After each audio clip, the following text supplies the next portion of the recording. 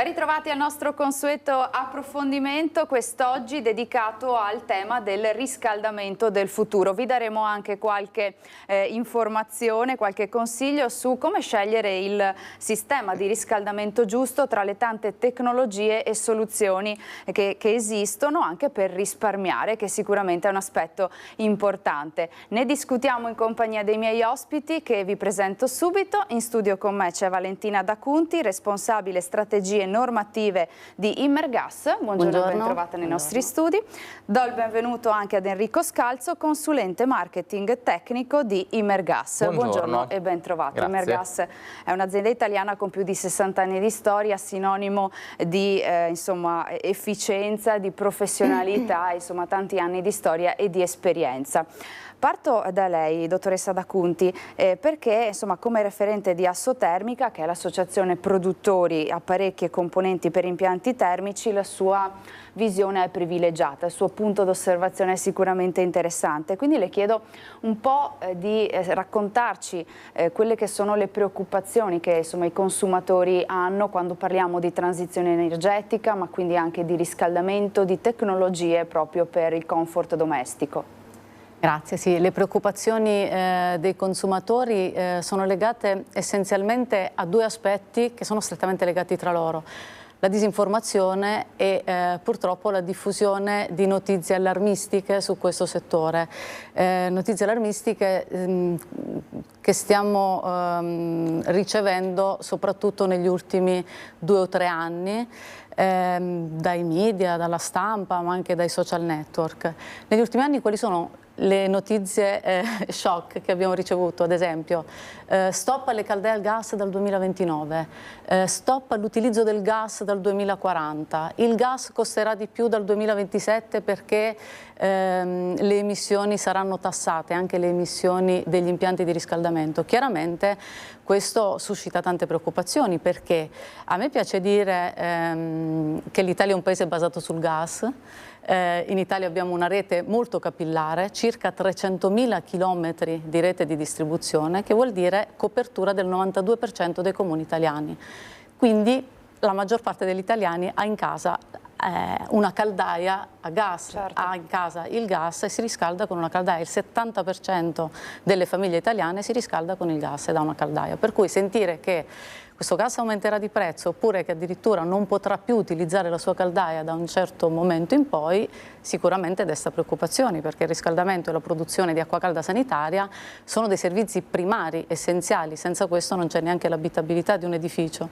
Quindi stiamo parlando del comfort e del benessere dei cittadini, oltre che delle finanze dei cittadini. Quindi è una notizia che colpisce molto. Il nostro è un settore facilmente assimilabile a quello automobilistico. Anche lì tutte queste notizie che portano a intendere, che lasciano intendere che da una certa data in poi non ci saranno più motori a combustione, destano delle preoccupazioni, no? Quindi allo stesso modo anche nel nostro caso. Però come rimediare a queste preoccupazioni? Innanzitutto cerchiamo di fare chiarezza, perché tante notizie allarmistiche non hanno un fondamento di verità.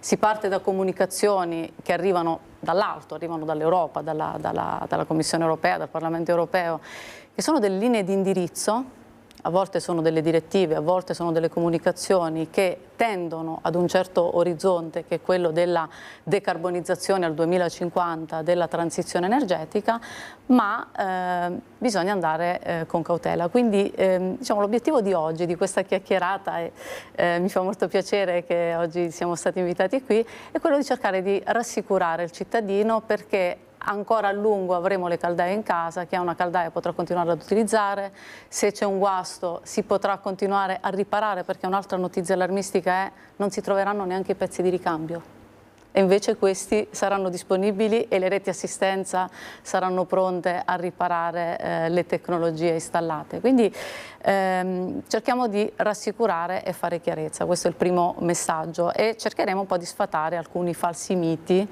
e anche dare poi degli indirizzi su cosa è meglio fare in futuro, però per il presente cerchiamo di tranquillizzare i consumatori. Oggi toccheremo tanti temi, però insomma mi sembra di capire che c'è un po' di confusione, no? Con tutte queste notizie che ci arrivano, normative. La paura forse delle persone può essere anche il temere di fare un investimento sbagliato che un domani possa diventare obsoleto e non più attuale, non più a normativa. Anche questo potrebbe essere un tema. Certo, si parla in questo periodo di transizione energetica. Facciamo chiarezza su questo, poi arriviamo a dire se questa preoccupazione è fondata. Sono anni, è dal 2000, dall'inizio di questo millennio, che l'Europa sta andando in direzione della cosiddetta transizione energetica, cioè della riduzione dei consumi di energia da fonte fossile. In realtà il concetto vero alla base della transizione energetica, condivisa dagli scienziati, dalle industrie, da tutti, è passare da un'energia fondata prevalentemente su fonti fossili ad un sistema energetico fondato prevalentemente su fonti rinnovabili. E tutto questo ha funzionato abbastanza bene perché gli impianti e i sistemi sono stati efficientati negli anni, finché non è arrivata una visione puramente ideologica e integralista che assimila alla transizione energetica il passaggio dal gas all'elettricità. Quindi deve essere tutto elettrico, quindi c'è un primo luogo comune da sfatare, che decarbonizzazione non è equivalente di elettrificazione. L'energia elettrica di per sé non è rinnovabile se viene prodotta mediante fonti rinnovabili, quindi se la produco mediante energia solare, mediante energia eolica, mediante l'idroelettrico, sì, cioè mediante l'energia che viene dall'acqua. È rinnovabile se viene prodotta mediante combustione di carbone o di gas, non è rinnovabile neanche lei. Quindi il passaggio to cure all'elettrificazione non è sinonimo di decarbonizzazione. Altro luogo comune sbagliato è caldaia uguale fossile. In realtà la caldaia è una tecnologia, non è fossile o rinnovabile, ma può bruciare combustibili rinnovabili, quindi essere una tecnologia 100% rinnovabile, e i combustibili si stanno evolvendo in quella direzione. Altro errore di fondo, gas uguale fossile, ma l'ho già detto con la tecnologia, come la tecnologia di per sé non è fossile o rinnovabile ma dipende dal vettore energetico, anche il gas di per sé dipende da come viene, cioè se è estratto è fonte fossile, se prodotto da fonti rinnovabili è rinnovabile. Andiamo quindi alle preoccupazioni. Al perché non ci sono oggi leggi che obbligano alla sostituzione di una caldaia già installata, l'abbiamo detto prima. In generale l'Europa è fatta da tanti paesi che hanno le loro caratteristiche, gli edifici sono diversi, le zone climatiche sono diverse, le strategie energetiche sono diverse, quindi si è cercato a livello europeo di dare una visione unica a quello che non può essere unico, tant'è che le stesse direttive e leggi europee devono essere declinate a livello nazionale. Quindi l'Italia vieterà mai l'utilizzo di caldaie? Ecco, la risposta anche questo è un punto di cui da sfatare. La risposta è no. Se stiamo utilizzando una caldaia, abbiamo una caldaia alimentata a gas, nessuna legge, nessuna direttiva dice che da una certa data in poi questa caldaia non potrà più essere alimentata da questo gas.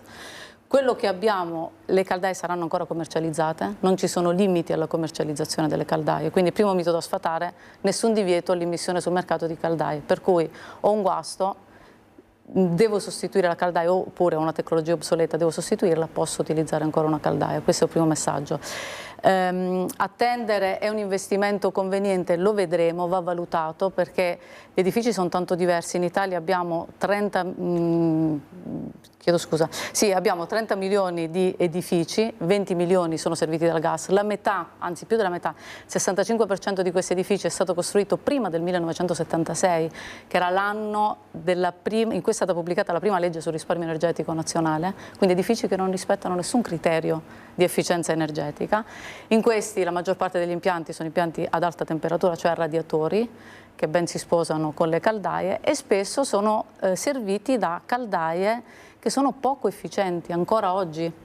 Sono quelle caldaie, le cosiddette caldaie a camera aperta, o le caldaie che chiamavano turbo una volta, che avevano un'efficienza, per dare dei numeri, dell'ordine del 75-78%.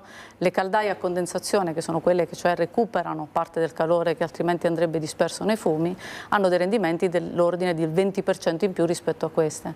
Quindi già sostituire una caldaia obsoleta con una condensazione ci consente un risparmio energetico del 20%, e questo investimento posso farlo a cuor leggero, perché sicuramente continuerò ad avere il gas in casa, sicuramente le tecnologie saranno pronte anche ad utilizzare gas rinnovabili, perché è il vettore energetico che si decarbonizzerà negli anni, non è la tecnologia, quindi avremo negli anni anche dei gas rinnovabili, per cui non dobbiamo pensare che se investo su una tecnologia basata sul gas questa diventerà certamente obsoleta o dovrà essere sostituita. Ci ha già dato qualche strumento per tranquillizzarci, no? Sul tema della sostituzione della caldaia, ma insomma va da sé che è importantissimo per le famiglie oggi scegliere il sistema di riscaldamento giusto. Brevemente poi passo all'ingegner Scalzo, quali sono i fattori che una famiglia deve considerare? Sono tantissimi, immagino. Sono tantissimi, abbiamo detto prima, gli edifici sono tutti diversi tra loro, quindi il nostro settore non è assimilabile a quello degli elettrodomestici, in cui devo scegliere una lavatrice, scelgo in base ai tipi di lavaggi o anche alla rumorosità o all'estetica, e posso sceglierla da sola come consumatore, vado da un rivenditore e scelgo. È un settore molto specialistico, gli edifici sono tutti diversi tra loro, gli impianti sono tutti diversi tra loro, hanno dei fabbisogni diversi, e quindi per ciascun impianto c'è la tecnologia giusta, che può essere: la base è la sostituzione di una vecchia caldaia con una caldaia a condensazione, ma da qui si apre un universo, perché le tecnologie sono varie, ed è questo il motivo per cui noi diciamo anche alla politica: non vincolate le tecnologie, non ponete ostacoli ideologici, perché l'avanzamento tecnologico è comunque un dato di fatto, tutte le aziende investono in innovazione, in integrazione, per cui avremo, però la cosa importante qual è? Non possiamo scegliere da soli, dicevo, perché è un settore molto specialistico, bisogna affidarsi a tecnici competenti, progettisti, termotecnici, idraulici competenti, e soprattutto questi soggetti a loro volta devono essere formati, perché non possiamo pensare: ho studiato ingegneria 25 anni fa e so tutto, perché le leggi si evolvono, le tecnologie cambiano, dobbiamo essere al passo con i tempi e conoscerle queste tecnologie.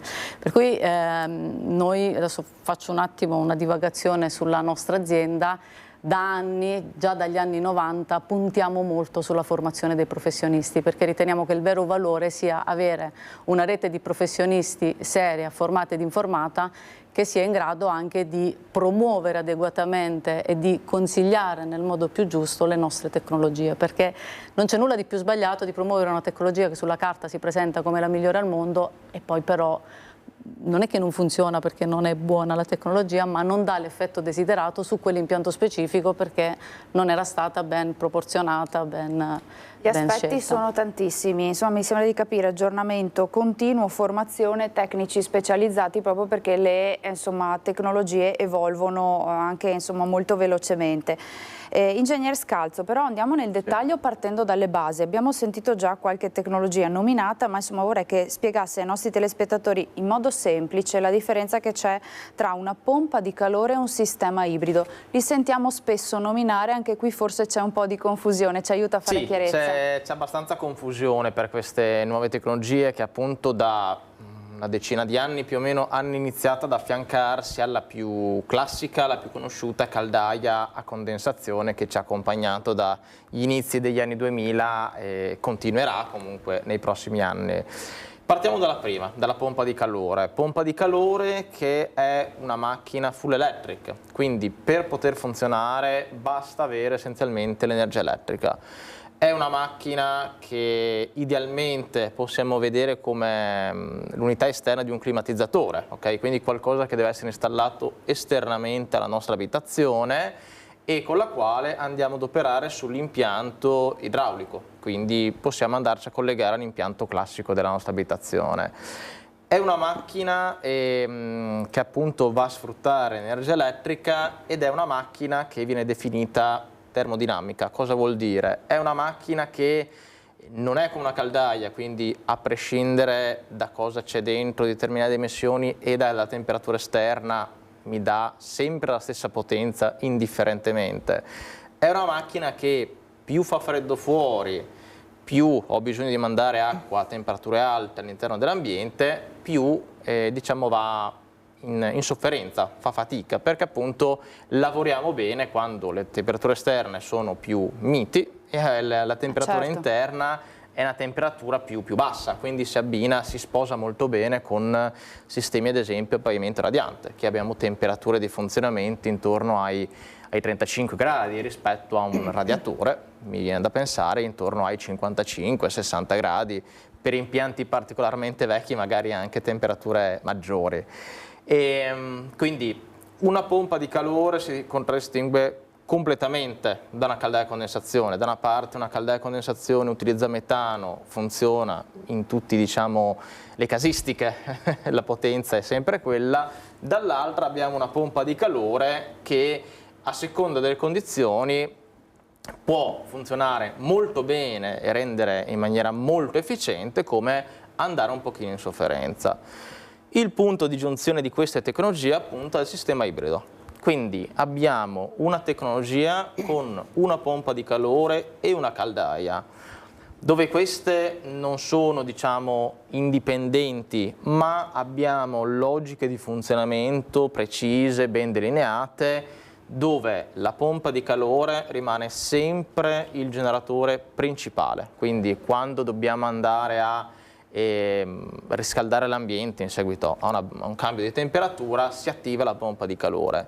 Nel caso in cui questa macchina non riesca a soddisfare egregiamente il suo lavoro, la caldaia rimane sempre da backup, da integrazione, quindi per quelle condizioni in cui possiamo avere temperature troppo rigide e quando non riusciamo a portare entro un certo tempo l'ambiente in temperatura, la pompa di calore può sempre contare sull'apporto di una caldaia a condensazione per riuscire a soddisfare e garantire il comfort termico all'abitazione.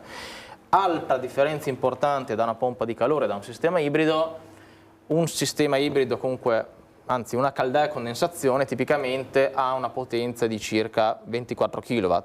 Una pompa di calore per un appartamento, quindi un appartamento magari da 80-100 metri quadrati, e per considerare un po' la tipologia edilizia più diffusa a livello italiano di condomini, può avere una potenza che dovrebbe variare tra i 6 e i 9 kW, su per giù. Parliamo di potenze molto differenti chiaramente, quindi se con una caldaia riusciamo da un punto di vista del servizio sanitario a soddisfare senza problemi tramite un servizio istantaneo, quindi apro l'acqua del rubinetto, istantaneamente la caldaia si attiva per scaldare quest'acqua d'uso sanitario.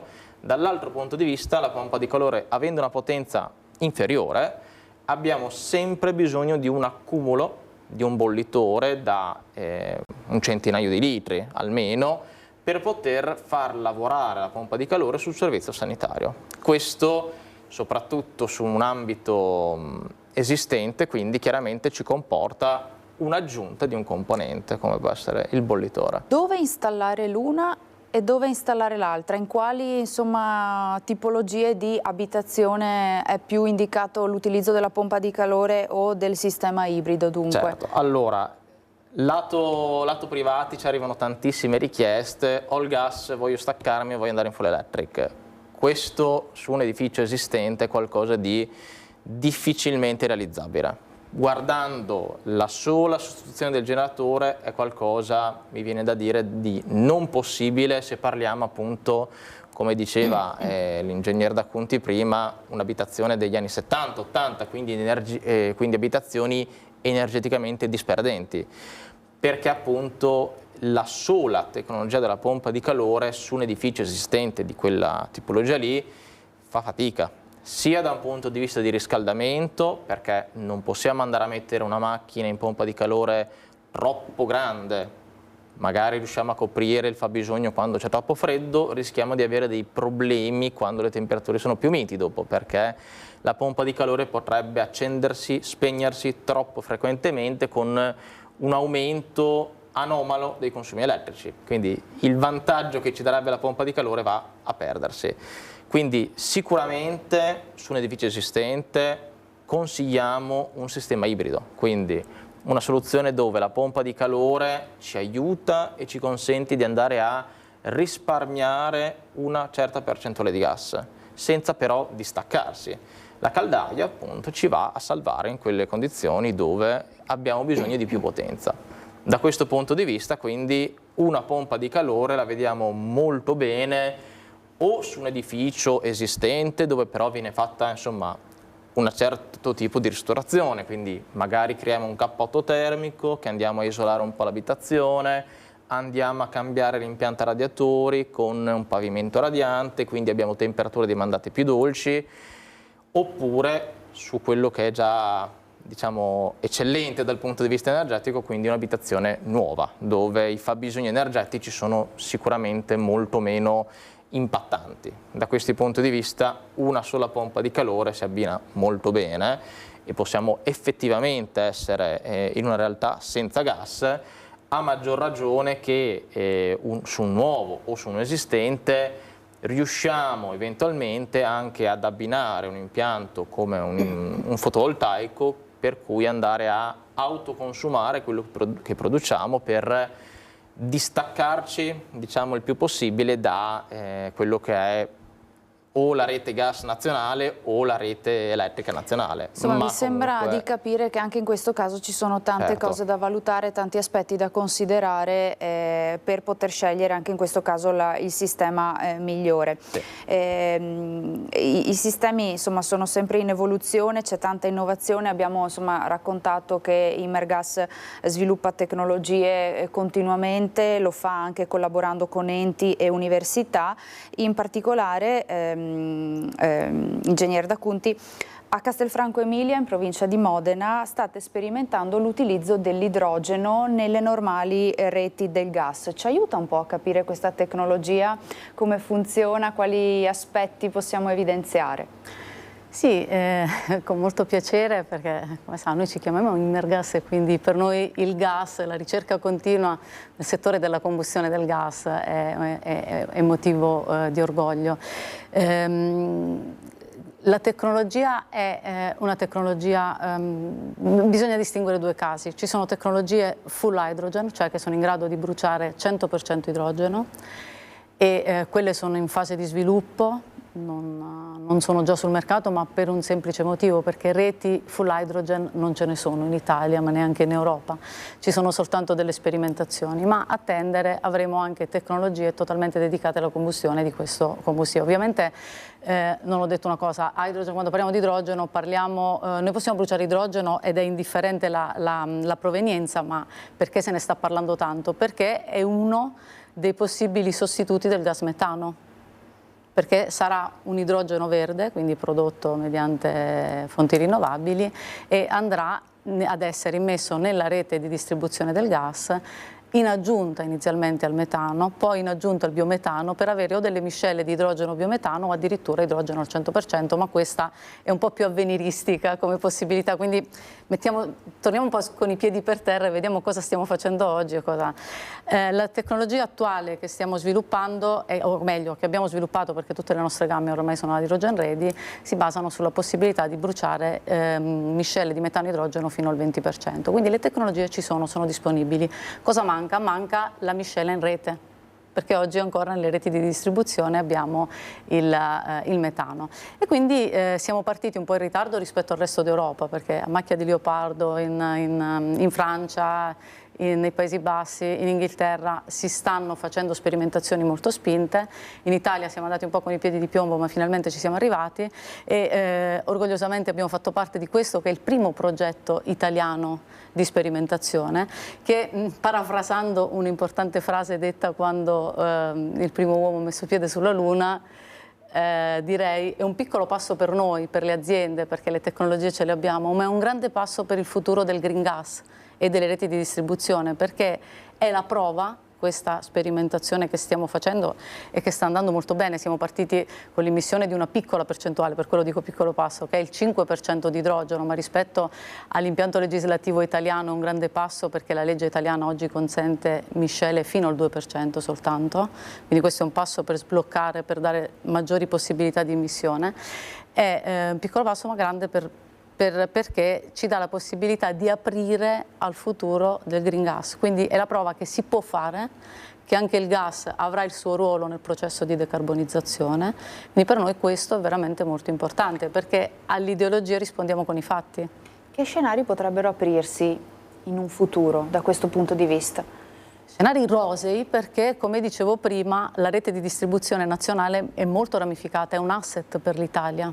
Cioè se l'Italia dovesse dismettere fra 10 anni tutta la rete gas e sostituirla con una rete elettrica che sia in grado di soddisfare anche tutta la domanda che oggi è soddisfatta dal gas, dovremmo avere investimenti ingenti e soprattutto materie prime che non sono disponibili nel pianeta, non in Italia. In Italia non ne abbiamo materie prime adeguate per costruire una rete elettrica adeguata a supportare il 100% dei consumi elettrici, ma non ce ne sono proprio, e anche quello ha un impatto sull'ambiente. Quindi se dobbiamo pensare in termini di decarbonizzazione, dobbiamo ragionare anche in termini di ottimizzazione della gestione delle risorse. Utilizzare la rete esistente con questi gas che sono perfettamente compatibili con la rete esistente ci darebbe un grande aiuto proprio per il raggiungimento degli obiettivi di decarbonizzazione e per il cittadino un grosso aiuto perché non dovremmo necessariamente fare delle sostituzioni drammatiche o delle modifiche drammatiche al nostro edificio e alle nostre abitudini. Abbiamo visto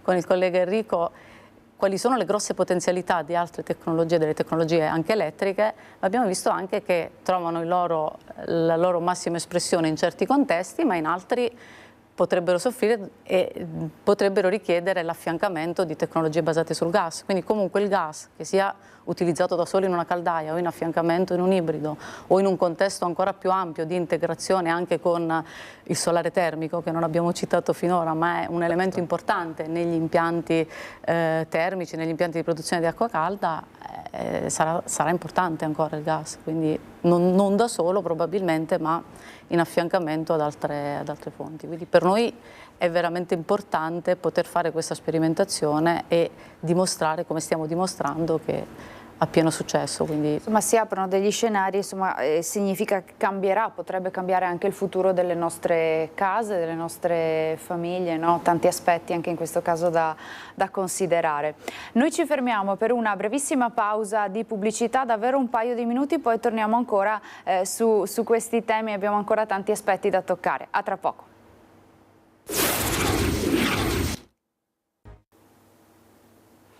Ben ritrovati in studio, rieccoci nuovamente, torniamo a parlare di soluzioni e tecnologie per il comfort domestico, lo stiamo facendo insieme ad Immergas, azienda italiana con oltre 60 anni di storia che è davvero sinonimo di efficienza, professionalità e grande esperienza, ma anche di innovazione. E proprio su questo tornerei perché Ingegner Scalzo, molti telespettatori, insomma ne abbiamo parlato nella prima parte della nostra trasmissione, hanno ancora una caldaia vecchia. Sì. Quindi quali vantaggi potrebbero percepire, diciamo così, installando e passando ad un sistema ibrido come uno dei vostri che offrite con Immergas? Sì. Allora, lato sostituzione caldaia, quindi realtà esistente andando in favore di un sistema ibrido, chiaro che come Immergas abbiamo diverse soluzioni ibride a seconda della casistica che ci troviamo davanti, non c'è un prodotto giusto per n soluzioni differenti.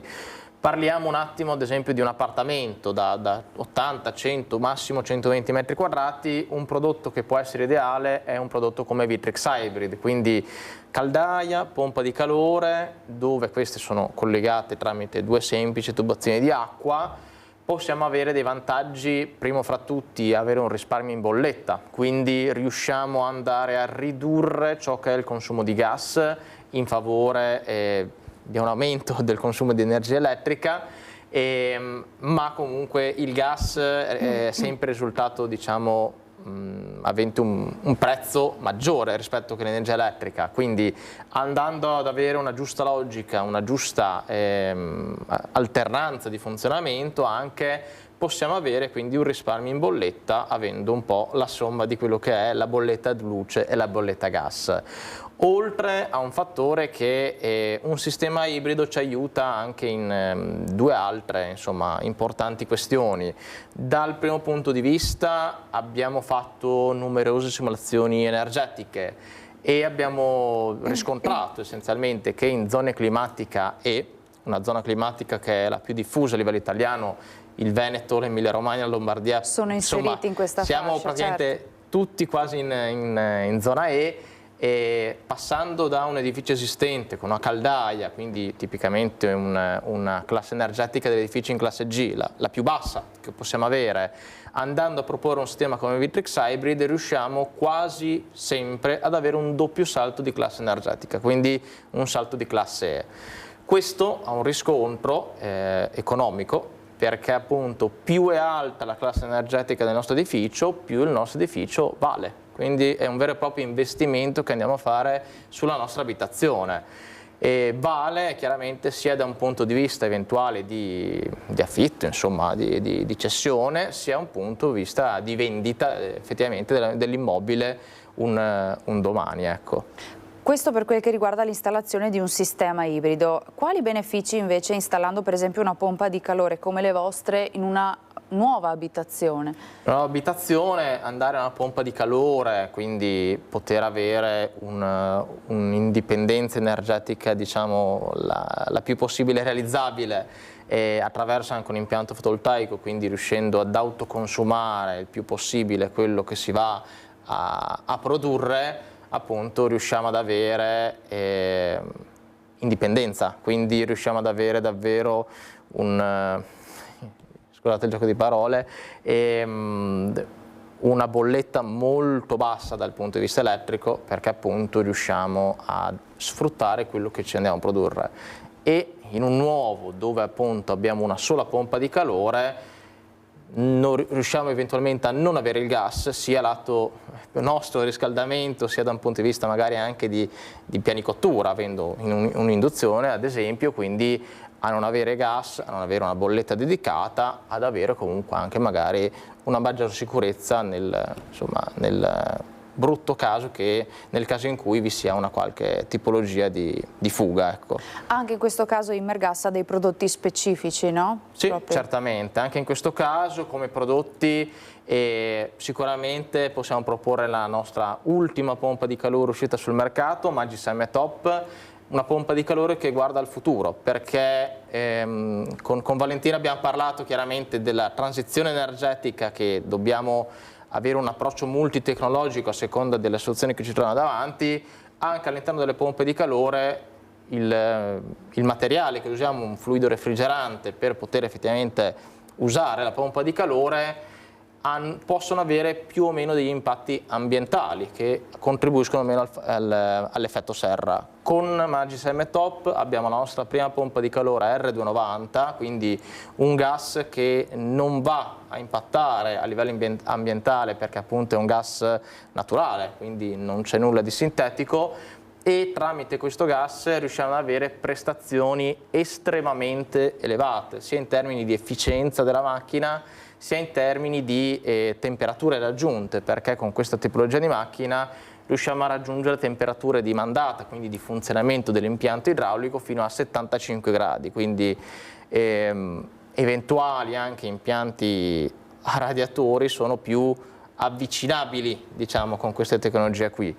Dall'altro punto di vista, se no, possiamo proporre anche soluzioni come Magis Hercules Mini Hydro, quindi su un nuovo tipicamente tutti gli spazi sono calcolati al millimetro, al centimetro, non abbiamo corridoi ad esempio lunghi su cui si staccano tutte le stanze. Magis Hercules Mini Hydro abbiamo un'unità interna sulla quale lavora la macchina, la pompa di calore esterna, con già all'interno tutto quello che ci serve per completare il nostro impianto idraulico, quindi un bollitore da 180 litri, le sicurezze, lato impianto e lato sanitario, degli accumuli inerziali che ci consentono di avere più acqua sull'impianto e quindi far lavorare la pompa di calore in maniera più efficiente, in uno spazio quindi compatto. per appunto usufruire al meglio gli spazi a disposizione che possiamo avere su un appartamento, un'abitazione nuova. Insomma, tante tecnologie che avete messo a punto. Ingegnere D'Acunti, ma si può davvero risparmiare? Cioè si può davvero insomma, notare un beneficio da questo punto di vista, sostituendo per esempio una vecchia caldaia obsoleta che insomma ancora molti hanno in casa? Cioè si riesce a toccare con mano una riduzione di costi? Assolutamente sì. La sostituzione di una caldaia tradizionale, che diciamo prima vecchia, obsoleta, con una condensazione comporta mediamente un risparmio compreso tra il 18 e il 22%. Che poi migliora se andiamo anche ad abbinare una buona termoregolazione, perché molto spesso negli impianti vecchi c'è anche una termoregolazione obsoleta, anche lei on-off, si basa, se si raggiunge una certa temperatura la caldaia si spegne, poi si riaccende. Invece adesso con la possibilità di avere una modulazione delle potenze, le caldaie consumano sempre la giusta quantità di gas, perché vanno ad una potenza calibrata in funzione dell'effettiva esigenza dell'ambiente. Questo però per ottenerlo bisogna come dire, abbinarla ad una termoregolazione adeguata. L'insieme delle due cose, caldaia e termoregolazione, ci può portare ad un risparmio che arriva fino al 25%, che si traduce in analogo risparmio di emissioni di CO2, e se il gas è rinnovabile si riduce in ulteriore risparmio di CO2, il risparmio energetico rimane simile perché la combustione è uguale, però abbiamo 25%, anche 20%, non voglio essere troppo ottimista, anche 20% che vediamo immediatamente in bolletta. La sostituzione di una caldaia obsoleta con una nuova caldaia a condensazione è un intervento molto efficace sotto il profilo del rapporto costi-benefici, perché è un intervento a basso costo relativamente, se confrontato con tutti gli altri interventi, chiaro. Un intervento a basso costo che dà un beneficio immediato in bolletta, me ne accorgo subito, non devo fare calcoli, valutazioni, i tempi di ritorno di investimento sono brevi perché ormai è una tecnologia matura, consolidata, quindi i suoi prezzi sono abbastanza accessibili, e anche senza incentivo, perché vi ricordo che da quest'anno l'incentivo alle sole caldaie a gas è stato eliminato, quindi anche senza incentivo è un intervento molto conveniente. Dopodiché, quindi la prima cosa da fare è: ho una caldaia obsoleta, devo pensare di sostituirla, perché faccio immediatamente risparmio energetico, quindi conveniente per me, conveniente per l'ambiente, ma soprattutto per me, perché me ne accorgo immediatamente in bolletta. Dopodiché, se si può fare altro, perché ci sono le condizioni, è bene valutare tutte le altre soluzioni che ha appena esaminato il collega Enrico, perché è chiaro che se io posso fare un upgrade tecnologico, quindi passare da una caldaia ad un ibrido, e di solito questa è la soluzione privilegiata nelle sostituzioni, perché come abbiamo detto il nuovo può essere predisposto per qualsiasi tipo di tecnologia e si favorisce tipicamente la pompa di calore full electric, ma sull'esistente la soluzione vincente, non lo dico io, non lo dice Immergas, lo dicono studi terzi, la soluzione vincente sotto il profilo energetico, ecologico, ambientale, ma anche di fattibilità, è proprio la sostituzione con l'ibrido factory made. Detto ciò, però, non tutti possono permetterselo, nonostante gli incentivi, però gli incentivi sono da valutare e adesso lo vedremo. Non tutti possono permetterselo, ma quasi tutti possono permettersi una sostituzione di una caldaia con caldaia.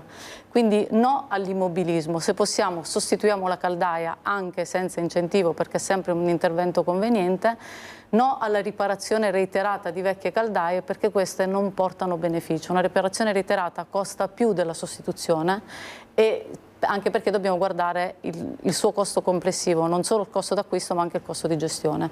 Quindi una gestione, un esercizio di un apparecchio obsoleto ci costa molto più della gestione di un apparecchio nuovo. Tra l'altro, anche in vista del possibile, a cui io non credo ancora, ma che potrebbe arrivare, aumento leggero delle tariffe del gas legato al contenuto di CO2, quindi finché il gas è fossile si dovrà pagare qualcosa, la riduzione dei consumi di gas diventa un elemento ancora più importante. Quindi il consiglio è quello di sostituire, perché otteniamo un risparmio immediato in bolletta, mentre con l'ibrido abbiamo due bollette. Cala il gas, aumenta un po' l'elettricità, quindi bisogna fare un po' di valutazioni.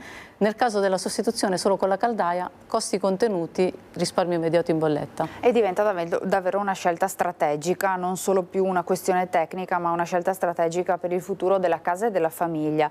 E dunque abbiamo nominato questi incentivi, Ingegner Scalzo, questo è un tema che interessa molto i nostri telespettatori. Esistono quindi delle detrazioni fiscali disponibili oggi per chi vuole cambiare il proprio sistema di riscaldamento riscaldamento? Sì, allora quest'anno e i prossimi anni per fortuna avremo a disposizione ancora detrazioni fiscali sotto forma di bonus casa, sotto forma di ecobonus, non più per le caldaie come ha appena detto la collega, che sono terminate a inizio dello scorso anno, lato sistema ibrido, lato pompa di calore in un ambito di sostituzione, quindi se andiamo a cambiare quello che esiste, possiamo riavere un 50% dell'investimento fatto in 10 anni se l'abitazione è un'abitazione dove si vive, quindi una prima casa o comunque dove ho un domicilio dove io torno essenzialmente tutte le sere, o un 36%, qualcosina di meno, se si tratta di seconde case o comunque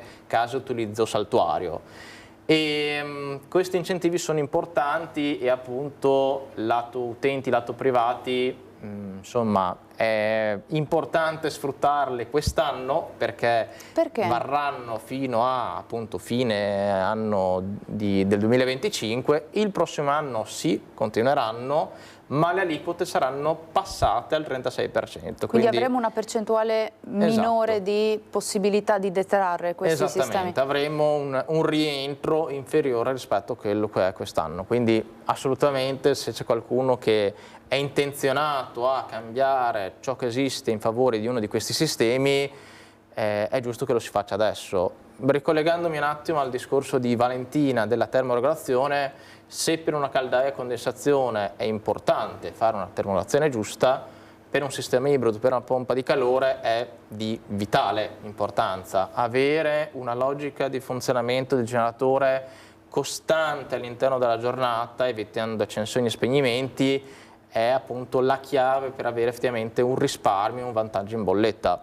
Viene molto facile il paragone con una macchina. Se io accelero e freno in maniera alternata, inchiodando, accelerando a tavoletta, ho un consumo maggiore rispetto che accelerare gradualmente, togliere il piede acceleratore utilizzando il freno motore per frenare, quindi avere una veleggiatura, un andamento più continuo all'interno dell'utilizzo. Un paragone che possiamo fare anche nel nostro tema di oggi. Sì. Quanto è importante la corretta installazione di questi sistemi di cui abbiamo parlato quest'oggi e insomma è fondamentale proprio per il corretto funzionamento e voi siete a disposizione in questo, no? È estremamente importante anche perché vi sono dei collegamenti specifici da fare, quindi bisogna fare riferimento a un installatore, un professionista che possa effettuare l'intervento in maniera a regola d'arte, quindi che tutti i passaggi vengano fatti in maniera corretta, oltre appunto a un discorso di termoregolazione che deve essere impostata in maniera corretta. Sotto questo punto di vista, come Immergas crediamo molto nella formazione, appunto nell'evoluzione del lavoro classico di togli una caldaia e mettine un'altra, quindi come Immergas ogni anno formiamo più di 4.000 tecnici tra installatori veri e propri, progettisti, centri di assistenza tecnica, per appunto aggiornarli su quello che sono tecnologie e utilizzo delle stesse all'interno delle varie casistiche che ci possiamo trovare davanti. Poi siete anche molto capillari nel territorio, certo, proprio per offrire sì. un servizio puntuale. Nel Veneto in particolare abbiamo presenti 45 centri assistenza all'interno delle varie province, quindi a prescindere dalla provincia, dal comune di residenza, un centro assistenza tecnica a cui far riferimento nel dopo, quindi quando il prodotto è stato installato, quando il prodotto funziona, che sia la normale manutenzione, che sia una manutenzione straordinaria, siamo presenti, e in particolare lato garanzie, lato ibridi, lato pompe di calore, oltre ad avere quest'anno sicuramente un risparmio energetico scusatemi, un rientro economico maggiore per la detrazione, offriamo ancora una formula definita Comfort Hybrid, per cui abbiamo un'estensione della garanzia dai 2 classici anni di legge a 5 anni, quindi garantendo una garanzia maggiore. Lato caldaia invece, dove siamo più studiati, siamo più maturi ormai da 60 anni a questa parte, abbiamo anche qua un'estensione di garanzia a 10 anni invece. Tutto insomma per andare incontro alle famiglie. Abbiamo l'ultima manciata di minuti insomma per concludere questa piacevole chiacchierata interessante che abbiamo fatto quest'oggi. E faccio una domanda a lei, ingegner D'Acunti. Concludiamo insomma con uno sguardo al futuro, l'abbiamo già fatto, però insomma mi piace concludere così. Le chiedo come ci possiamo immaginare quindi il riscaldamento del futuro, il riscaldamento domestico tra 10 anni, che cosa cambierà nelle nostre famiglie, come potrebbe essere lo scenario? Allora, immagino un sistema in cui l'utente è sempre più protagonista, quindi protagonista delle sue scelte, consapevole dell'uso razionale del suo impianto, soggetto che vuole anche interagire col suo impianto, quindi immagino dei sistemi sempre più integrati con l'edificio, ma non solo in termini fisici ma anche di connettività, quindi impianti smart, apparecchi smart che sono in grado di, non so, di adattare le temperature in funzione delle previsioni del tempo, delle abitudini acquisite degli utilizzatori. Un impianto che ovviamente, io quando parlo di impianto parlo a 360 gradi, quindi tengo conto sempre anche della produzione di acqua calda sanitaria, che è fondamentale, l'abbiamo visto prima con il collega. La produzione fatta in un certo modo prevede anche dei tempi di attesa di un certo tipo, la disponibilità immediata in altri casi, quindi fare tutte queste valutazioni che garantiscano un comfort senza alcun compromesso. Quindi vedo tecnologie in grado di fornire tutto nei tempi attesi, e tecnologie che sono sempre più integrate tra loro, quindi tecnologie caldaia, pompa di calore, sistemi solari ad esempio, sistemi di accumulo che garantiscono di sfruttare al meglio le fonti rinnovabili, quindi tecnologia, sistema multitecnologico, energia, sistema multienergetico, perché abbiamo fonti di diverso tipo, abbiamo il vettore gassoso, abbiamo il vettore elettrico, abbiamo l'energia solare captata direttamente, non trasformata in energia elettrica, ma trasformata direttamente in acqua calda sanitaria, quindi in calore che viene trasferito all'acqua. Abbiamo un sistema quindi multiobiettivo, quindi le tre parole chiave: multienergia, multitecnologia, multiobiettivo perché dobbiamo mettere tutti insieme gli obiettivi economici, tecnici, sociali, di comfort, ma anche ambientali. Quindi questo è il futuro del nostro settore, a mio avviso. Quindi insomma sistemi sempre più intelligenti, potremmo dire così, certo, ma anche sostenibili, proprio per avere degli edifici sempre più efficienti dal punto di vista energetico, se ho colto bene. Certo, e anche utilizzatori sempre più intelligenti che si rendono conto, perché istruiti e informati da chi ha progettato l'impianto, su come utilizzare questi impianti, perché a seconda del tipo di impianto è richiesto un utilizzo di un certo tipo. Penso alle pompe di calore. Le pompe di calore è preferibile utilizzarle su 24 ore, cioè sì, non fare costantemente, quindi è un apparecchio che per dare il meglio di sé deve lavorare costantemente.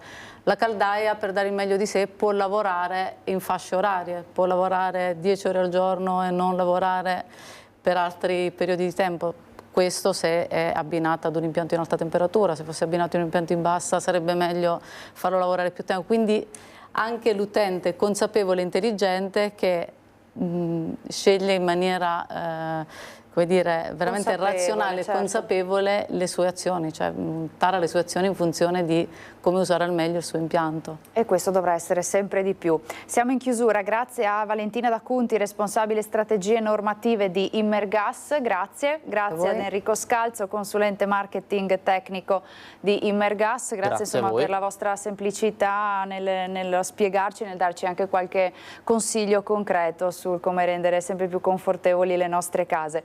Grazie ad Italo Angelo Morao in regia, a voi per averci seguito da casa, vi lascio alla nostra programmazione. Arrivederci.